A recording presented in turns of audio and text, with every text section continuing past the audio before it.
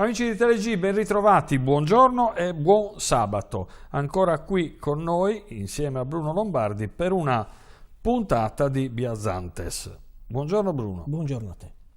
Venerdì Santo.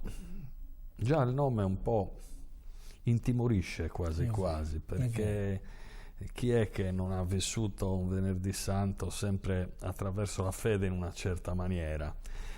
Già sentirne parlare, già dire Venerdì Santo lascia un certo segno. Cosa ne pensi? È vero, infatti mi riallaccio a quello che la settimana precedente tu avevi detto giustamente sulle cerche del Giovedì Santo, Sì. no?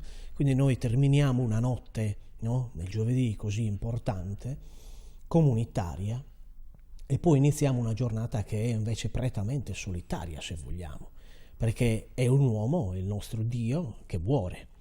E già dalle prime luci del mattino si vede con la processione dell'Addolorata, che sta in quel caso cercando, no? Si porta il simulacro in giro, questo succede in tanti paesi della Sardegna, si porta un po' in giro per le vie, no? Questo simulacro dai confratelli specialmente, e lei quindi inizia a meditare, ed è quindi la meditazione di tutta la comunità, una madre che non trova un figlio. Ed è anche una condizione che nella realtà molte volte purtroppo molte mamme sono ritrovate a vivere. E quindi vediamo una simbologia forte già.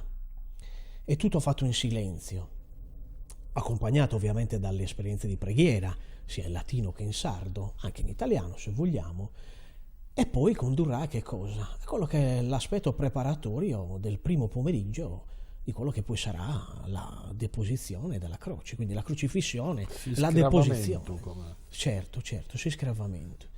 E ci sono un sacco di figure che interagiscono in questo ambito, sempre confraternali. Per esempio a Florinas vediamo i due, coloro che poi diverranno i due che porteranno giù dalla croce nostro Signore, quindi insomma Nicodemo e Giuseppe d'Arimatea, e li vediamo già qualche ora prima in abiti bianchi, già incappucciati, vanno per le vie del paese, andranno verso la chiesa di Santa Croce e lì poi faranno la vestizione assolutamente privata, nessuno deve sapere in paese chi sono. Poi questi aspetti arrivano in alcuni orari un po' diversi da zona a zona della Sardegna, e vediamo il vero atto di quella che è l'adorazione della croce e poi quello che è appunto il discendimento, la deposizione del simulacro del Cristo.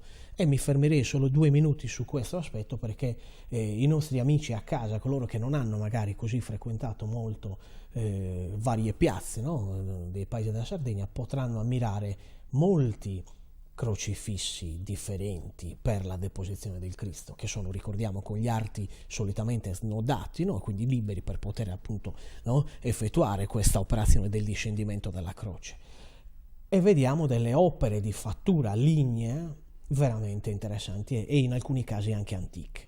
Vorrei citare anche il nostro crocifisso che abbiamo alla Trinità della Confraternita di Santa Croce, molto antico, bellissimo, quello di Florinas, molto interessante, quello di Silanus, quello di Santo Lussurgiu. Ecco che quindi chi vive la settimana santa, anche il venerdì santo, può anche trovare degli elementi storici, architettonici, artistici di grande rilievo, perché tutta la nostra storia racconta anche attraverso questi simulacri.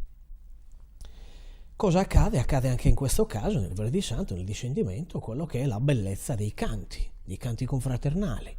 Ecco che per esempio potremo vedere dei canti che raccontano l'ultimo aspetto, che sono dei gozos particolari di colui che appunto ha dato la vita per noi e sta conoscendo la morte, quindi si raccontano in questo senso. E ascoltare in lingua sarda ci ricorda quanto antica sia l'impronta che la lingua sarda ha lasciato ancora oggi nelle nostre coscienze, il nostro modo di intendere, di immaginare, così simbolistico se vogliamo, simbolico nel nostro modo di vedere questo momento così importante, un momento che poi chiude quello che è Esinterru e quindi si porta per le vie processionali il simulacro e poi interrarlo, e in alcuni casi, in alcune comunità si interra veramente, come accade anche a Sassari, quindi si mette in un altare, ma anche a Florinas per esempio E quindi noi vediamo proprio quello che è la trasposizione reale di quello che leggiamo nei nostri Vangeli.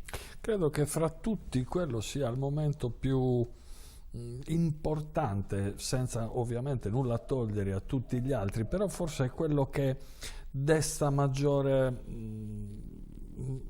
sentimento, maggiore partecipazione. Sono proprio d'accordo. Quello del venerdì. Ci sono delle immagini, io ne ho raccolto diverse e ho una vasta galleria su questo aspetto, dove nel momento in cui si sta adorando il Cristo morto e si è portato quasi pochi secondi prima di interrarlo, se vogliamo, sono dei gesti delle donne, non solo confraternali, dove vedi che stanno veramente toccando un corpo vivo.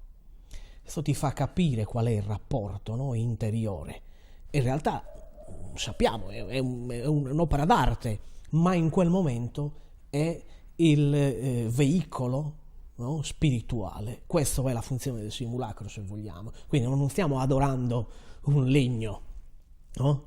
Ma stiamo interagendo con una vocazione interiore in quel momento. È proprio una vera e propria vocazione quello del confratello, ma anche del fedele, che non, anche se non è confratello, insomma. C'è una cosa che mi ha sempre colpito, io ho sempre partecipato a tutte le processioni qua a Sassari, sono stato a Castelsardo, da qualche altra parte, mi ha sempre colpito soprattutto nella processione del Venerdì Santo, quella del pomeriggio, quella che segue appunto il discendimento dalla croce, la partecipazione anche di tanti bambini. Certo.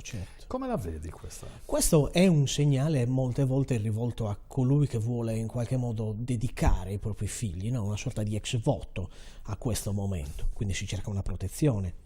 Si cerca anche in qualche modo di legare la propria famiglia, i propri familiari, magari che hanno vissuto degli aspetti o stanno vivendo degli aspetti privati che ovviamente non potremo mai sapere, legarli a questa protezione, cioè attraverso una sofferenza legare poi quello che sarà il giorno, ricordandosi di Pasqua, che sarà invece una risurrezione. Quindi è un momento molto intimo e ci sono veramente, io ho conosciuto molte persone che hanno veramente dato tanto, non solo simbolicamente attraverso quella catenina da lasciare sopra il simulacro di Nostra Signora, ma proprio dedicare e consacrare i figli proprio a questo aspetto. Quindi è una cosa positiva. Ovviamente. Perché ci sono però tante testimonianze di grazie ricevute anche durante la Settimana Santa. E a prescindere che uno possa crederci o meno, credo che sia interessante rispettare la vitalità con cui queste persone dedicano quel momento, e quindi i bambini sono utilizzati anche in questo senso. In alcuni casi i bambini vengono utilizzati anche nell'ambito, no, della teatralità del rito, rappresentano gli angioletti da inserire nel momento in cui devono, insomma, no? nel momento del discendimento prendono magari, non so, i chiodi che sono stati tolti dal Cristo, no? In quel momento, quindi c'è anche quell'aspetto. Però proprio per quello che tu hai visto durante la processione, e tu sai che certe processioni come quelle sassari sono lunghissime, durano ore, quindi è anche proprio un segno di ex voto, no? Insomma, è questo. Va bene, chiuderemo anche questa puntata come abbiamo sempre fatto con un canto, quindi a voi adesso dedichiamo appunto quest'ultima parte della nostra chiacchierata con Bruno. Grazie per averci seguito, ricordatevi teleg.tv dal nostro sito web. Grazie per essere stati con noi, buon weekend.